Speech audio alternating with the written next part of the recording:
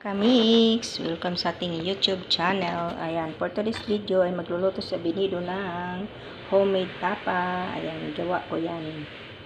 Mga 3 days ko yan naka-marinate. Ayan, hinihiwa ko na siya mga kamix. Dahil iluluto ko na siya. Ayan ang ating homemade. Magluto din tayo ng itlog. Yan ang bagay dyan sa ating tapa at sinangag. Ay, tapsilog tayo ngayon. Tapsilog. At nakaready na ang ating kape, mga kamix. Ayan. Kung walang kape, hindi masaya ang iyong umaga, di ba? Lahat naman tayo mahilig sa kape.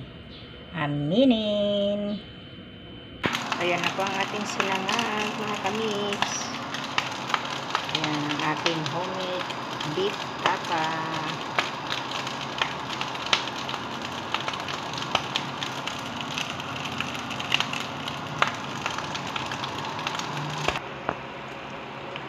Malapit na maluto ang ating itlog, mga kamix.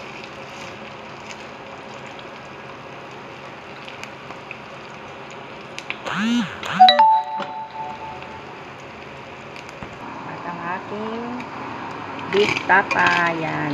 Yung tubig kanina, yun yung pinagbabaran ng iyong beef. Pag kayo kahit 3 araw nababad, pwede nang lutuin ang inyong tapa. Pwedeng baboy din, pwedeng manok, kung anong gusto nyo gawin yung tapa.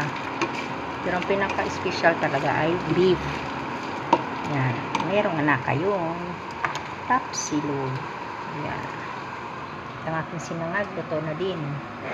Pwede na yan isalin sa ating plato. So, yan na po ang ating tapa. Ready to serve na.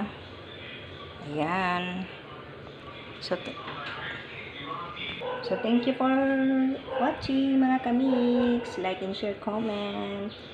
At salamat sa lahat sa mga nagsuporta sa aking channel. Ayan ang ating breakfast for today. Beef tapa, sinangag at itlog. At ang aking kape. Ayan. Thank you. Mamamwa, everyone. Bye-bye.